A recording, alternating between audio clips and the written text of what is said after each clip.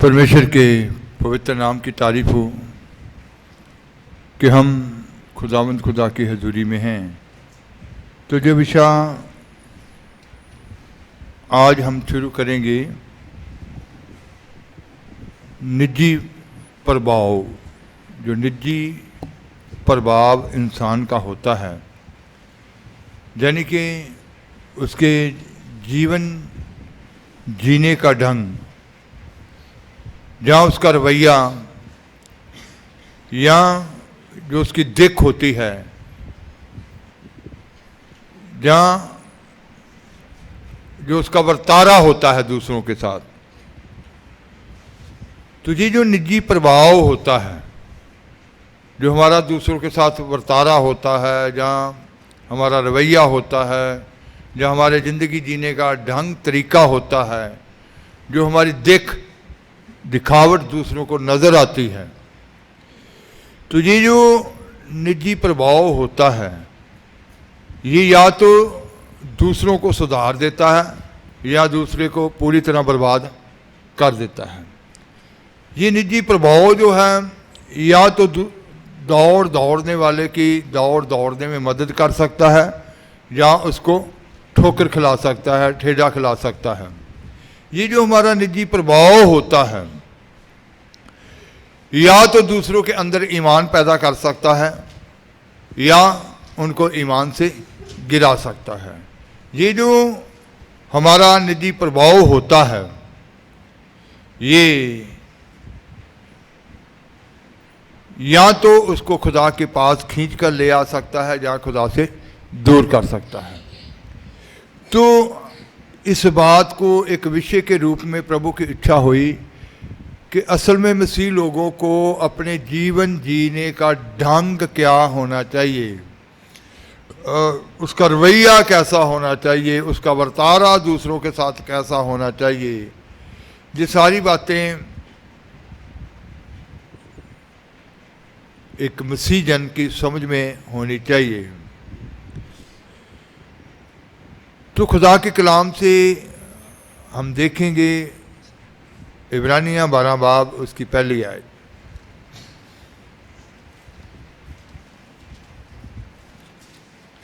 उपरंत जदों गवाहां दे एने वड्डे बदल ने सानू घेरिया होया है, तां आओ ਅਸੀਂ ਵੀ ਹਰੇਕ ਭਾਰ ਅਤੇ ਉਸ ਪਾਪ ਨੂੰ ਜਿਹੜਾ ਸਹਿਜ ਨਾਲ ਸਾਨੂੰ ਫਸਾ ਲੈਂਦਾ ਹੈ, ਪਰੇ ਸੁੱਟ ਕੇ उस दौड़ विच जो साडे सामने पई हुई है सब्र नाल दौड़िए। इस कारण जबकि गवाहों का ऐसा बड़ा बादल हमको घेरे हुए है, तो आओ हर एक रोकने वाली वस्तु और उलझाने वाले पाप को दूर करके हर एक पाप और पार, उस दौड़ के बीच में शामिल होने से पहले लिखा गया कि इन दोनों को दूर करके वह दौड़ जिसमें हमने दौड़ना है धीरे से दौड़ें। तो पाप से जब हम खुदा के बीच में दाखिल होते हैं, जब हम यीशु मसीह के नाम के ऊपर भरोसा करते हैं, तो पाप से तो पश्चाताप करते हैं, लेकिन ये जो रोकने वाली वस्तु, जिसको पार पंजाबी में लिखा पार, इस बात को अब गहराई से समझना है। जो झाड़ियों में गिरा ये वह है जो सुनते हैं, पर आगे चलकर चिंता और दन। ये जो झाड़ियों के बीच में गिरा ये वह है जो सुनते हैं, लेकिन आगे चलकर चिंता और दन और जीवन के सुख विलास में फंस जाते हैं। जीवन के सुख विलास में फंस जाते हैं। चिंता, धन और जीवन का सुख विलास जो है, ये दुनियादारी है, संसारिकता है। संसार क्या क्या लिखा? चिंता, धन और जीवन का सुख विलास, ये दुनियादारी है, संसारिकता है। तो इसका मतलब है कि प्रभु ने हमारे जीवन से पाप और संसारिकता दोनों को दूर करने के लिए कहा है। पाप को और संसारिकता, जो संसारिकता है। कुछ लोग कहते हैं कि बाइबल में ये नहीं लिखा कि सिगरेट नहीं पीनी चाहिए, बीड़ी नहीं पीनी चाहिए। कहते कि बाइबल में ये नहीं लिखा है कि जुआ नहीं खेलना चाहिए। कहते कि ये नहीं लिखा है कि फिल्म नहीं देखनी चाहिए। जिस शब्द कहते कि बाइबल में नहीं आए। जिस वक्त ये बाइबल लिखी गई थी उस वक्त ये बातें नहीं थी, फिल्में नहीं थी। लेकिन इसका आसान जवाब है कि प्रभु ने कहा कि संसार से निकल आओ, संसारिकता से निकल आओ। बेशक वो अल्फाज नहीं आए लिखत में, लेकिन संसार से, संसारिकता से निकलने के लिए ये पहले से ही कह दिया कि प्रभु जानते थे कि संसार में ये वस्तुएं भी पैदा, आने वाले समय के बीच में ये सब कुछ होगा। तो इसका मतलब है कि हमारे जीवन में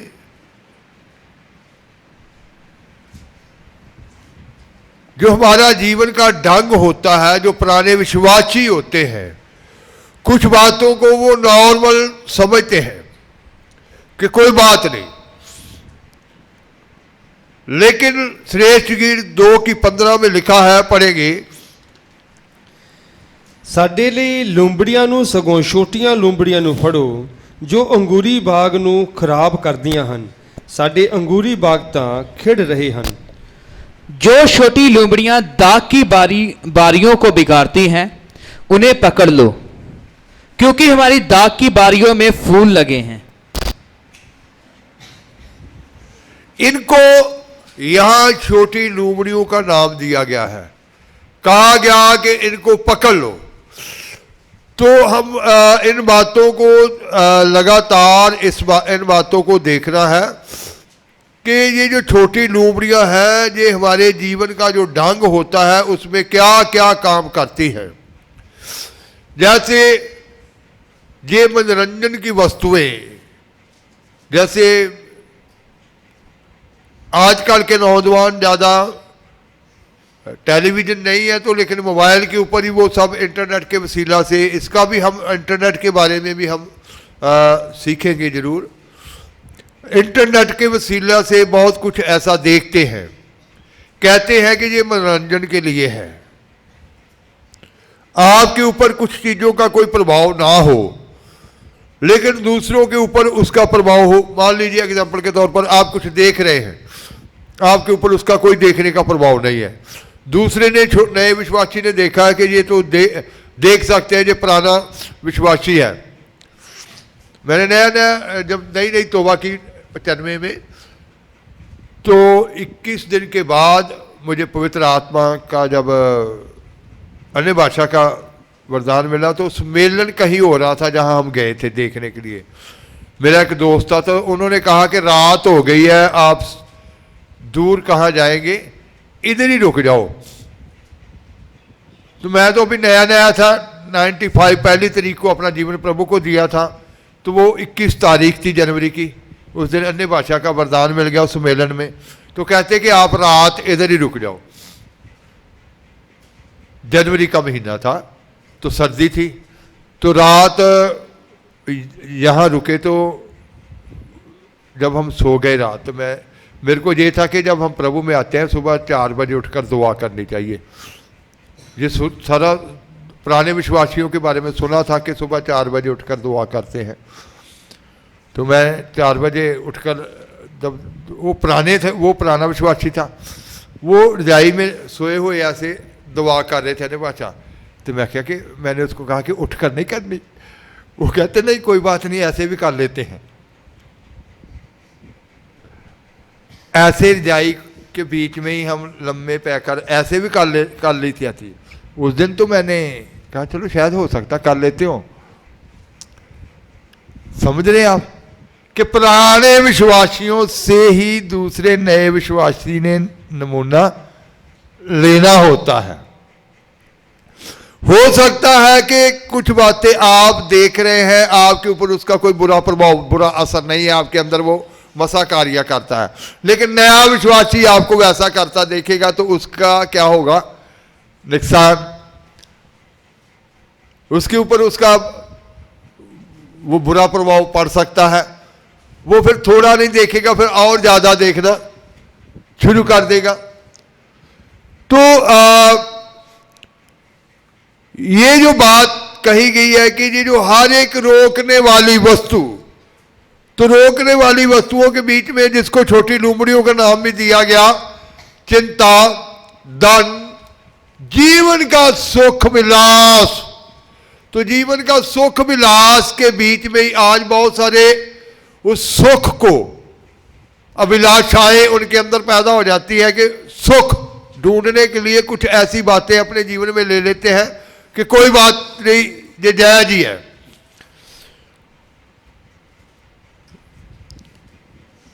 लेकिन वो दूसरों के लिए हो सकता है वो नुकसानदेह हो।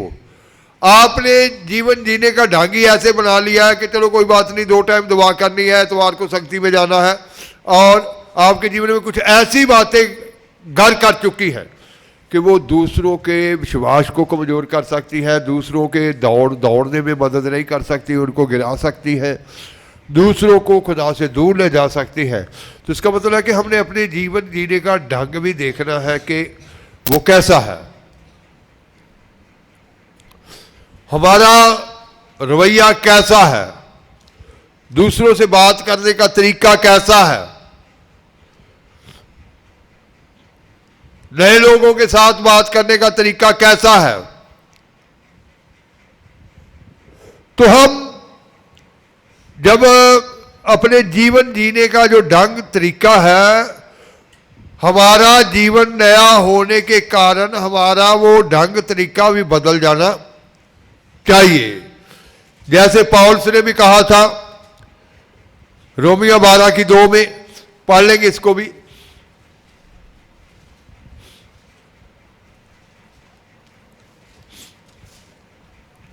ਅਤੇ ਇਸ ਯੁੱਗ ਦੇ ਰੂਪ ਜਿਹੇ ਨਾ ਬਣੋ, ਸਗੋਂ ਆਪਣੀ ਬੁੱਧ ਦੇ ਨਵੇਂ ਹੋਣ ਕਰਕੇ ਹੋਰ ਸਰੂਪ ਵਿੱਚ ਬਦਲਦੇ ਜਾਓ, ਤਾਂ ਜੋ ਤੁਸੀਂ ਸਿਆਣ ਲਵੋ ਭਾਈ परमेश्वर अपनी बुद्ध के नए हो जाने के कारण होर स्वरूप में, इसका मतलब पहले वाला स्वरूप, पहले वाला जीने का ढंग जो है या वो तौर तरीके जो है वो बदलाव आ जाना चाहिए, है ना। हिंदी में पढ़ेंगे। इस संसार के सदृश्य ना बनो, परंतु तुम्हारे मन के नए हो जाने से तुम्हारा चाल चलन भी बदलता जाए। इस संसार के सदृश्य ना बनो, तुम्हारे मन के नए हो जाने से तुम्हारा चाल चलन भी क्या होता जाए, बदलता जाए। तो हमारा चाल चलन, चाल चलन के बारे में कहा गया है, हमारा चाल चलन भी क्या करता जाए, बदलता जाए।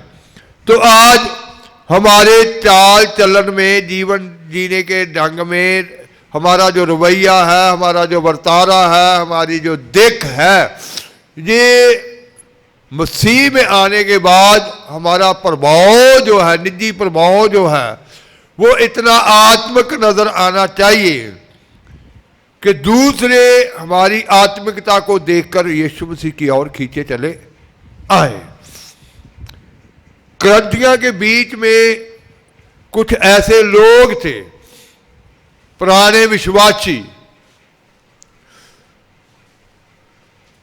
उनका कुछ रवैया ऐसा था कि वो मंदिरों में जाकर मांस खा लेते थे। मांस खाने के कारण मंदिरों में भी जाकर चढ़ावे का वो मांस खा लेते थे, है ना। पहला करंथिया 8:7 से 12 तक। ਪਰ ਸਭਨਾਂ ਨੂੰ ਇਹ ਇਲਮ ਨਹੀਂ, ਸਗੋਂ ਕਈ ਕੁ ਜਿਹੜੇ ਹੁਣ ਤੀਕ ਮੂਰਤੀ ਨਾਲ ਗਿੱਝੇ ਹੋਏ ਹਨ, ਉਹਨੂੰ ਮੂਰਤੀ ਦੀ ਭੇਟ ਦਾ ਮਾਸ ਕਰਕੇ ਖਾ ਲੈਂਦੇ ਹਨ, ਅਤੇ ਉਹਨਾਂ ਦਾ ਅੰਤःਕਰਨ ਨਿਤਾਣਾ ਹੋ ਕੇ ਮਲੀਨ ਹੋ ਜਾਂਦਾ ਹੈ। ਪਰ ਭੋਜਨ ਸਾਨੂੰ ਪਰਮੇਸ਼ਵਰ ਅੱਗੇ ਨਹੀਂ ਸਲਾਹੇਗਾ। ਜੇ ਨਾ ਖਾਈਏ ਸਾਨੂੰ ਕੁਝ ਘਾਟਾ ਨਹੀਂ, ਅਤੇ ਜੇ ਖਾਈਏ ਤਾਂ ਕੁਝ ਵਾਧਾ ਨਹੀਂ। ਪਰ ਸੁਚੇਤ ਰਹੋ ਭਾਈ, ਤੁਹਾਡਾ ਇਹ ਹੱਕ ਕਿਤੇ ਨਤਾਣਿਆਂ ਲਈ ਠੋਕਰ ਲਾਉਣ ਦਾ ਕਾਰਨ ਨਾ ਹੋਵੇ। ਕਿਉਂਕਿ ਜੇ ਕੋਈ ਤੈਨੂੰ ਜਿਹੜਾ ਇਲਮ ਰੱਖਦਾ ਹੈ ਮੂਰਤੀ ਦੇ ਮੰਦਰ ਵਿੱਚ ਬੈਠਿਆਂ ਖਾਂਦੇ ਵੇਖੇ, ਤਾਂ ਜੇ ਉਹ ਨਤਾਣਾ ਹੈ ਤਾਂ ਨਿਤਾਣਾ ਹੈ, ਕੀ ਉਹਦਾ ਅੰਤःਕਰਨ ਮੂਰਤੀਆਂ ਦੀ ਭੇਟਾਂ ਦੇ ਖਾਣ ਨੂੰ ਦਲੇਰ ਨਹੀਂ ਹੋਵੇਗਾ? ਸੋ ਤੇਰੇ ਇਲਮ ਦੇ ਕਾਰਨ ਉਹ ਜੋ ਨਿਤਾਣਾ ਹੈ ਨਾਸ਼ ਹੁੰਦਾ, ਅਰਥਾਤ ਉਹ ਭਾਈ ਜਿਹਦੇ ਲਈ ਮਸੀਹ ਹੋਇਆ ਅਤੇ ਇਉਂ ਭਾਈਆਂ ਦਾ ਪਾਪ ਕਰਕੇ ਅਤੇ ਉਹਨਾਂ ਦੇ ਅੰਤःਕਰਨ ਨੂੰ ਜਦੋਂ ਉਹ ਨਿਤਾਣਾ ਹੈ ਸੱਟ ਲਾ ਕੇ ਤੁਸੀਂ ਮਸੀਹ ਦਾ ਪਾਪ ਕਰਦੇ ਹੋ। पर सबको ये ज्ञान नहीं, परंतु कुछ तो अब तक मूर्ति को कुछ समझने के कारण मूर्तियों के सामने बलि की हुई वस्तुओं को कुछ समझकर खाते हैं और उनका विवेक निर्बल होने के कारण अशुद्ध हो जाता है। भोजन हमें परमेश्वर के निकट नहीं पहुंचाता। यदि हम ना खाएं तो कुछ हमारी हानि नहीं, और यदि खाएं तो कुछ लाभ नहीं। परंतु सावधान, ऐसा ना हो कि तुम्हारी ये स्वतंत्रता कहीं निर्बलों के लिए ठोकर का कारण हो जाए। तो वो लोग वो मांस, मूर्तियों के आगे वो बलि का चढ़ावा जो मांस था, वो कहते कि कोई बात नहीं है ना, पुराने विश्वासी ये थे। लेकिन कहता कि जो नए हैं उनके लिए वो क्या है? ठोकर का कारण है। हाँ जी, पढ़ेंगे। परंतु सावधान, ऐसा न हो कि तुम्हारी ये स्वतंत्रता कहीं निर्बलों के लिए ठोकर ऐसा का ना कारण हो हो कि जाए। तुम्हारी ये आजादी स्वतंत्रता कहीं निर्बलों के लिए ठोकर का कारण ना बन जाए। हाँ जी, क्योंकि यदि कोई तुझ ज्ञानी को मूर्ति के मंदिर में भोजन करते देखे, यदि कोई तुझ ज्ञानी को, तेरे पास ये ज्ञान है, इल्म है, इतना ईमान है कि ये कुछ भी मेरा बिगाड़ नहीं सकती, लेकिन यदि कोई नया विश्वासी तुझे वो खाता देखेगा, हाँ, और वह निर्बल जन हो, तो क्या उसके विवेक को मूर्ति के सामने बलि की हुई वस्तु खाने का साहस ना हो जाएगा? उसके अंदर भी वो दलेरी आ जाएगी। उसके अंदर अभी ऐसा ईमान पैदा हुआ ही नहीं कि उसका असर कुछ हो ना।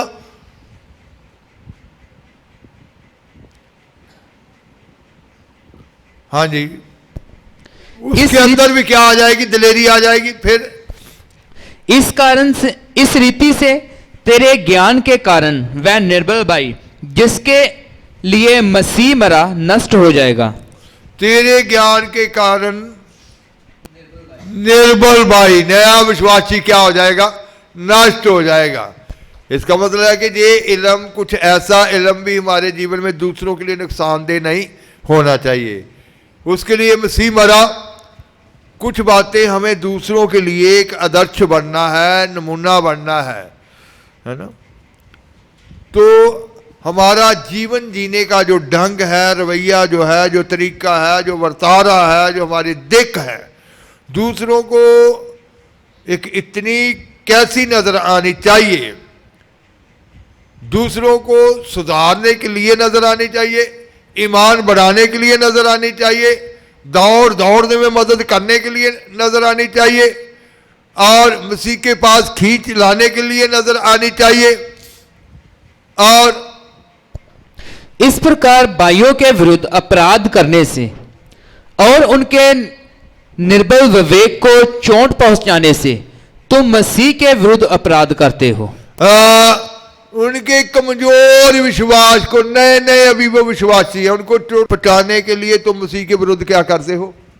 अपराध करते हो। इसका मतलब है कि हो सकता है आप उन बहुत सारी कुछ ऐसी बातों के ऊपर फतह पा चुके हो, है ना। आपने 10 मिनट की वो कुछ भी देख लिया है, मूवी देख लिया है, स्किट देख लिया, आपके ऊपर कोई असर नहीं उसका। लेकिन नया विश्वासी जब उसको आपको देखते हुए देखकर वो देखेगा तो वो उसके लिए क्या हो जाएगा? नुकसानदेह हो जाएगा। समझ रहे हैं? आपका नए विश्वासियों के लिए लाभदायक होना बहुत जरूरी है। तो लिखा गया है मत्ती की इंजील 5 बाब उसकी 13-14 आयत।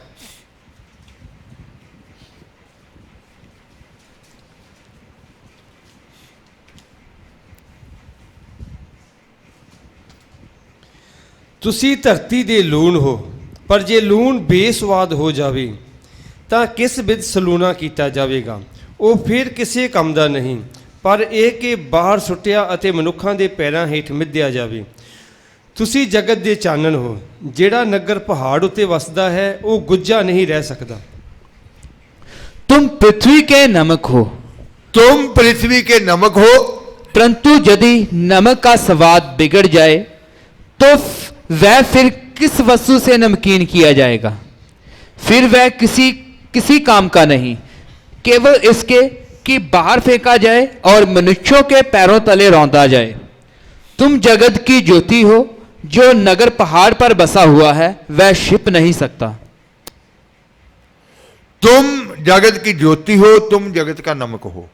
नमक और ये ज्योति जो है, चानन जो है, ये दोनों नहीं जानते कि ये पृथ्वी के लिए कितना लाभदायक है। नमक और ये चानन दोनों ही नहीं जानते कि वो पृथ्वी के लिए कितना लाभदायक है। इसी रीति जो सांप और बिच्छू होते हैं वो नहीं जानते कि वो संसार के लिए, इस पृथ्वी के लिए कितना नुकसानदेह है। समझ रहे हैं आप? वो भी नहीं जानते कि वो कितना नुकसानदेह है। तो इसी रीति से आपका जीवन जीने का जो ढंग है, जो तरीका है, जो रवैया है, दूसरों के लिए नुकसानदेह है या लाभदायक है। आप नॉर्मल जिंदगी जी रहे हैं, वैसे ही चल रहे हैं, संगत में भी जाते हैं, दुआ कर लेते हैं, अपना रूटीन से दुआ कर लेते हैं, या दान दसवंत अपना रूटीन से देते हैं, बाइबल भी पढ़ लेते हैं रूटीन से, लेकिन कुछ बातें अपने जीवन में हमने बदलाव नहीं लाया होता कि जो दूसरों के लिए एक लाभकारी हो।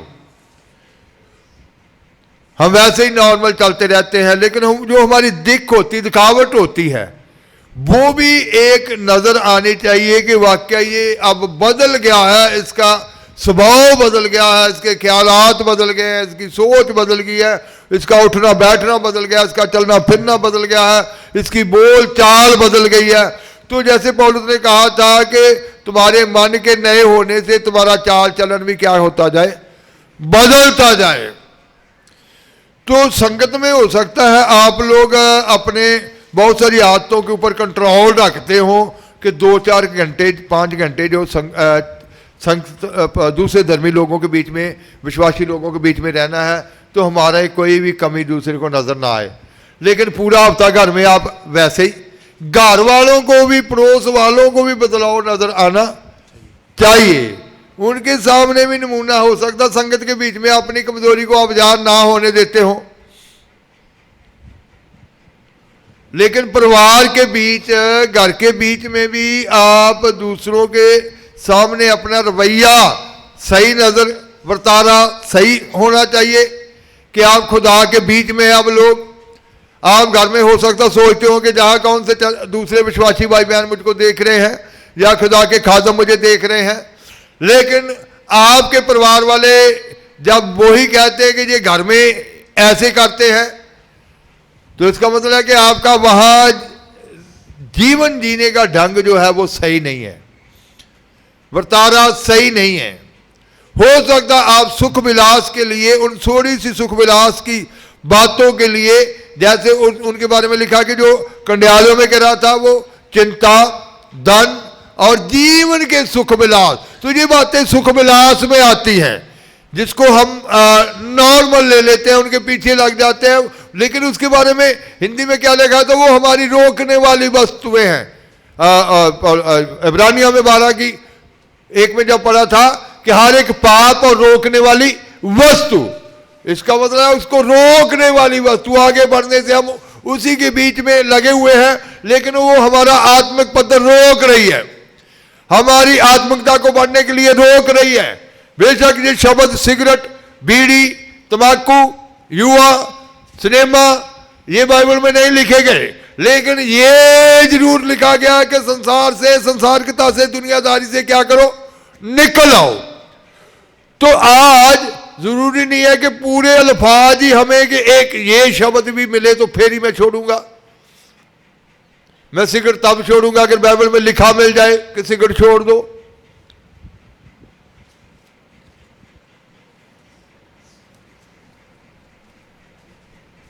लेकिन नशा करना तो मना किया है ना, लिखा है, ना चोर, ना लोभी, ना शराबी, ये परमेश्वर के राज के अधिकारी। अगर शराबी को मना किया गया तो क्यों किया गया?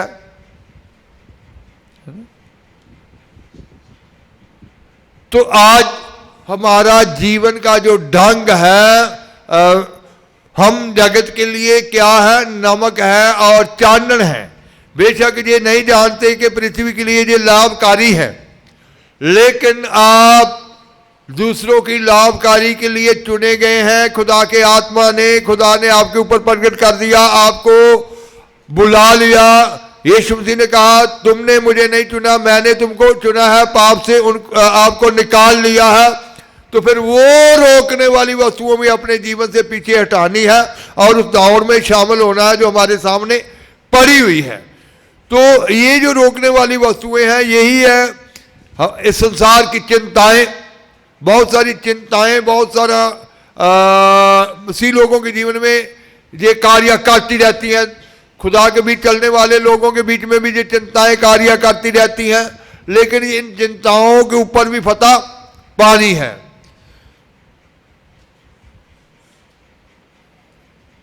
इन चिंताओं से भी निकलना है, इन चिंताओं के ऊपर फतह पानी है। बेशक हम भजनों में गाते हैं, हम कहते हैं कि पतरस ने कहा था कि अपनी सारी चिंता उसी ऊपर डाल दो, उसको तुम्हारा क्या है? फिक्र है। हम वचन को पढ़ लेते हैं लेकिन अपनी चिंता को उसके ऊपर डालते नहीं है।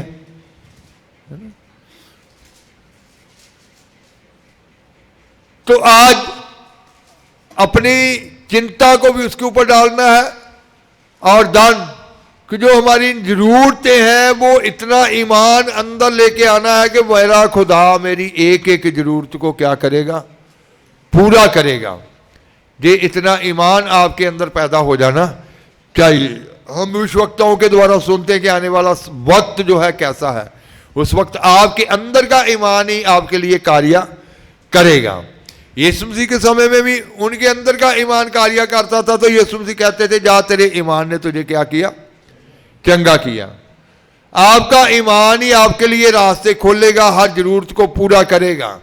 आपका ईमान ही वो बंद दरवाजों को खोलेगा।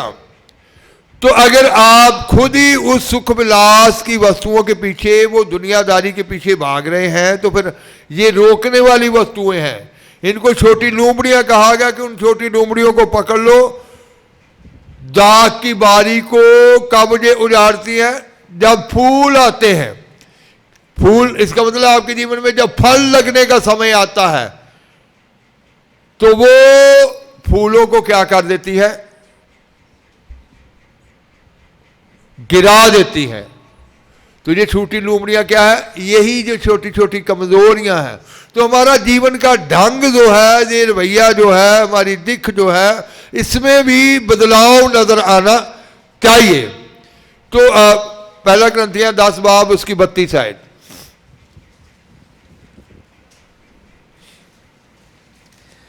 ਤੁਸੀਂ ਨਾ ਯਹੂਦੀਆਂ ਨਾ ਜਨਾਨੀਆਂ ਨਾ ਪਰਮੇਸ਼ਵਰ ਦੀ ਕਲੀਸਿया ਦੇ ਲਈ ਠੋਕਰ ਦੇ ਕਾਰਨ बनो।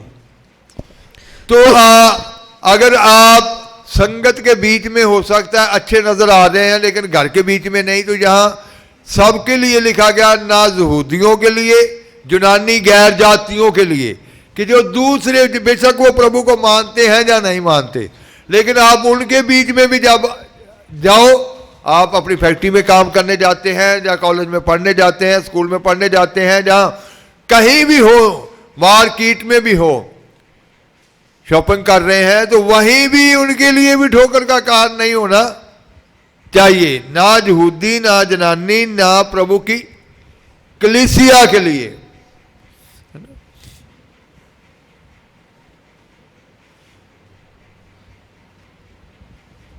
तो इसका मतलब है कि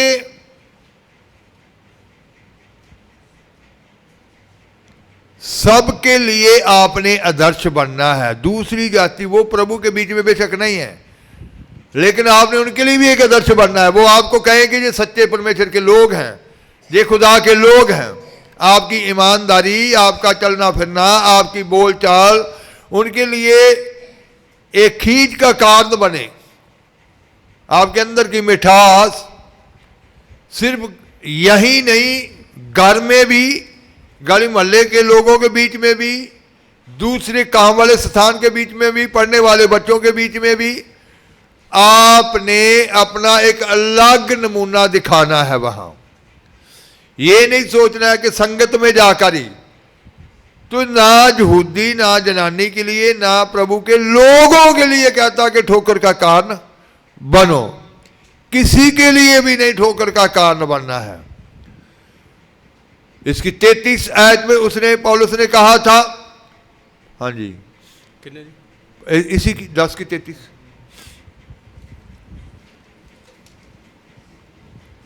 ਜਿਵੇਂ ਮੈਂ ਸਭਨਾ ਗੱਲਾਂ ਵਿੱਚ ਸਭਨਾਂ ਨੂੰ ਪ੍ਰਸੰਨ ਰੱਖਦਾ ਹਾਂ ਅਤੇ ਆਪਣੇ ਹੀ ਨਹੀਂ ਸਗੋਂ ਬਾਹਲਿਆਂ ਦੇ ਭਲੇ ਲਈ ਯਤਨ ਕਰਦਾ ਹਾਂ, ਜੋ ਉਹ ਬਚਾਏ ਜਾਣ। ਤੁਸੀਂ ਮੇਰੀ ਰੀਸ ਕਰੋ ਜਿਵੇਂ ਮੈਂ ਵੀ ਮਸੀਹ ਦੀ ਰੀਸ ਕਰਦਾ ਹਾਂ। जैसा मैं भी सब बातों में सबको प्रसन्न रखता हूं और अपना नहीं परंतु जैसे हम कई बार क्या होता है कि कुछ विश्वासी अपना निजी देखते हैं, बस दूसरों के लिए कुछ नहीं, उनको ध्यान ही नहीं होता दूसरे के कैसे चल रहे हैं कैसे। तो यहां पौलुस क्या कह रहा है, हाँ जी पढ़ेंगे। जैसा मैं भी सब बातों में सबको प्रसन्न रखता हूं और अपना नहीं परंतु बहुतों का लाभ ढूंढता हूं। अपना ही लाभ नहीं बल्कि दूसरों का भी लाभ ढूंढता हूं कि दूसरे भी तरक्की पाए, कि वह उदार पाए, वह उदार पाए।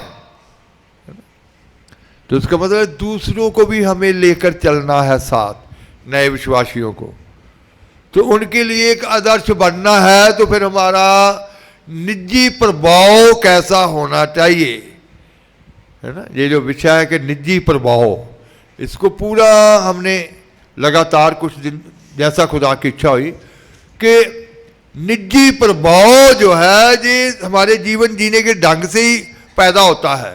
हमारा रवैया जो होता है, आम बोलचाल होती है, जो हमारा जो दूसरों के साथ बर्तारा होता है, इसी से प्रकट होता है। तो इसका मतलब है कि ये दूसरों के सामने हमारी एक अच्छी दिख होनी चाहिए कि वो कहे कि ये धर्मी जन है, ये खुदा का बेटा है, ये खुदा की बेटी है, इसने कभी बेईमानी नहीं की, इसने कभी किसी को बुरा लफ्ज नहीं कहे, इसने कभी किसी के, ये तो कभी किसी के आगे बोला ही नहीं, चुप करके सुन लेता है ना। कि दूसरों के आगे इतना अच्छा प्रभाव जाना चाहिए, गैर जातियों के बीच में भी, कि गैर जातियां आपकी गवाही दें, आपके नगर के लोग, आपके मोहल्ले के लोग आपकी गवाही दें। नहीं जी नहीं, ये तो कभी झगड़ा करता ही नहीं है, झगड़ा करती नहीं है, आज तक हमने कभी देखा ही नहीं है।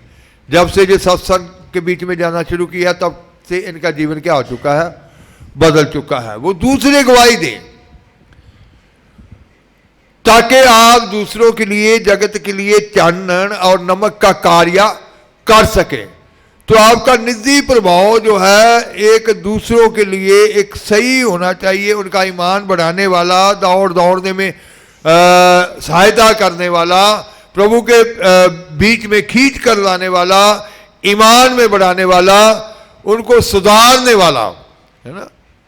कि उनका सुधार आपकी बातों के द्वारा हो, आपके जीवन के द्वारा हो।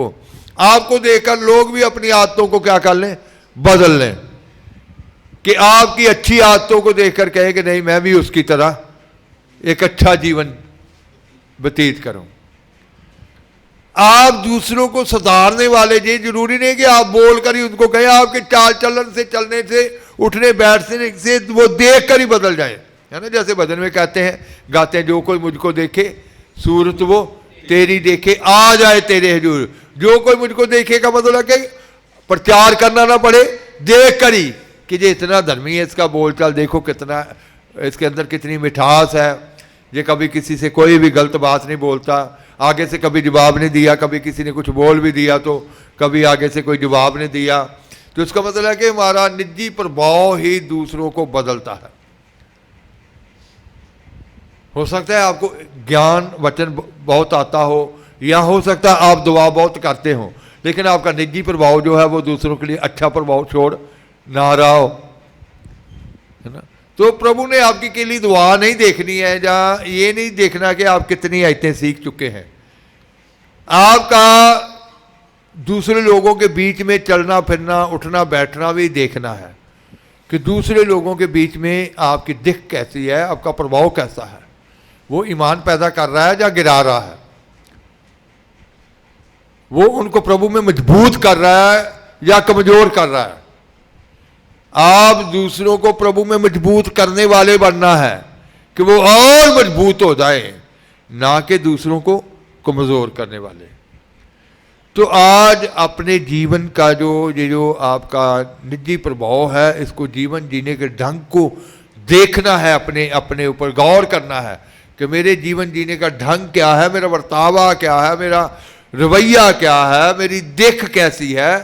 तो इसको गौर करनी है कि आज के बाद मेरी देख जो है वो दूसरों को खुदा के बीच में मजबूत करने वाली हो जाए। इसकी 31 आयत भी पढ़ लेंगे, 10 बाब की 31 आयत। ਸੋ ਭਾਵੇਂ ਤੁਸੀਂ ਖਾਂਦੇ ਭਾਵੇਂ ਪੀਂਦੇ ਭਾਵੇਂ ਕੁਝ ਹੀ ਕਰਦੇ ਹੋ, ਸਭੋ ਕੁਝ ਪਰਮੇਸ਼ਰ ਦੀ ਵਡਿਆਈ ਲਈ ਕਰੋ। यहाँ लिखा, इसलिए तुम चाहे खाओ चाहे खाओ चाहे पियो चाहे जो कुछ करो सब कुछ जो कुछ करो, लफ्ज जो है ना इसके बीच में सारे काम आ जाते हैं। चाहे जो कुछ भी करो, जो कुछ करो, क्या करो, सब कुछ परमेश्वर की महिमा के लिए करो। सब कुछ परमेश्वर की महिमा के लिए करो। बेशक खाओ बेशक पियो, है ना,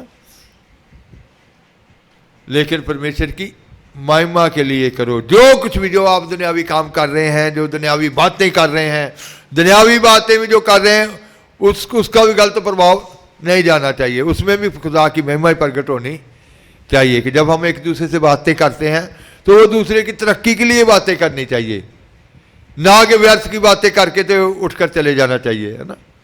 खुदा की कोई भी बात उसके बीच में ना हो। तो उसका मतलब कहता है कि बेशक खाओ पियो या जो कुछ भी करो, उसमें परमेश्वर की महिमा ही प्रकट होनी चाहिए। तो आज अपने निजी प्रभाव को देखना है कि आपका निजी प्रभाव कैसा है। तो इस जीवन जीने के ढंग को अगर अभी तक नहीं बदला तो फिर प्रभु को कहें कि प्रभु मेरे जीवन से भी वो आत्मिकता नजर आए, मेरा जीवन भी दूसरों के लाभ के लिए है। तूने मुझे जगत की ज्योति चुना है, तूने मुझे जगत की चानन चुना है। मैं कल एक खादम थे, उनकी गवाही मुझे, उनके जीवन की गवाही मिली कि उनका जीवन जो था, कहते कि परिवार जो था, बाप बिजनेसमैन था, माँ जो थी वो खुदा में थी, तो पढ़ाई बहुत अच्छी थी। तो माँ कहती थी कि मेरा बेटा खादम बने। बाप जो था वो सियासत में था, तो बाप कहता था कि ये सियासत में जाए। तो कहता कि चलो दुआ, माँ की दुआएं रंग लाई और मैं खिदमत में चला गया। खिदमत में जाकर कहता कि कुछ समय बाद मुझे खारिश, चमड़ी का रोग, जो खारिश शुरू हो गई। कहता कि खारिश इतनी बढ़ती गई कि वो ऊपर गर्दन तक वो काले काले दाने जो थे। 13 साल कहता कि जब वो गर्दन भी कहते कि मैंने ऐसे ढंग कर रखनी, फिर वो चेहरे के ऊपर चली गई। 13 साल कहते कि ऐसे ही गुजर गए। तो उस कहते कि वहाँ जो मेन खादम थे उन्होंने कहा कि जितनी दुनिया आई है, आज आपके अंदर से इलाही शिफा निकलनी चाहिए उनके लिए। तो सब खादम अपने लिए दुआ करो कि प्रभु आज मेरे अंदर से दूसरों के लिए इलाही शिफा निकले। दूसरों के लिए, कहते कि मेन संत थे, उन्होंने हुक्म दे दिया कि शिफा आपके अंदर से निकल कर जानी चाहिए। कहते सभी खादम जब दुआ कर रहे थे कि प्रभु मेरे अंदर से शिफा निकले, तो मैंने फिर दुआ की कि प्रभु पहले मेरी शिफा हो तो मेरे अंदर से भी शिफा निकल कर जाए। कहता कि तुरंत एक करंट आया, मुझे पूरा झंझोड़ दिया। उसी वक्त वो बीमारी मेरे जिस्म से चली गई और तुरंत खुदा ने वो बाल दिया कि मेरे अंदर से भी शिफा का बाल निकलना शुरू हो गया। हालेलुया। तो इसका मतलब है कि जब आप ये दुआ करेंगे कि प्रभु मेरी शख्सियत को ऐसा बना, मेरे निजी प्रभाव को ऐसा बना, मैं दूसरों के लिए एक ईमान का कारण बन जाऊं, दूसरों को मजबूत करने वालों में हूं, दूसरों को तेरी ओर खींचने वाला बन जाऊं, दूसरों की दौड़ में सहायता करने वाला बन जाऊं। मेरा जीवन जीने का ढंग घर में, संगत में, पाक लोगों के बीच में, खुदा के खादमों के सामने एक जैसा बन जाए। ये ना हो कि घर में मैं कुछ और हूं, मोहल्ले के बीच में मैं कुछ और नजर आऊं, संतों के सामने कुछ और नजर आऊं, कलीसिया के सामने मैं कुछ और नजर आऊं। अलग अलग रूप मेरे ना हो, बल्कि मेरा निजी प्रभाव, मेरी देख जो है वो इतनी आत्मिक बना कि मैं दूसरों को एक अच्छा आत्मिक जन नजर आऊं, खुदा का बेटा नजर आऊं, खुदा की बेटी नजर आऊं। जब आप ऐसी दुआ करेंगे तो तुरंत खुदा आपके जीवन के बीच में वो बदलाव लेकर आएंगे, आपके स्वभाव के बीच में, आपकी बोलचाल के बीच में, आपके उठने बैठने के बीच में वो बदलाव आ जाएगा। आप खुद नहीं समझ पाएंगे कि ये कैसे हो गया।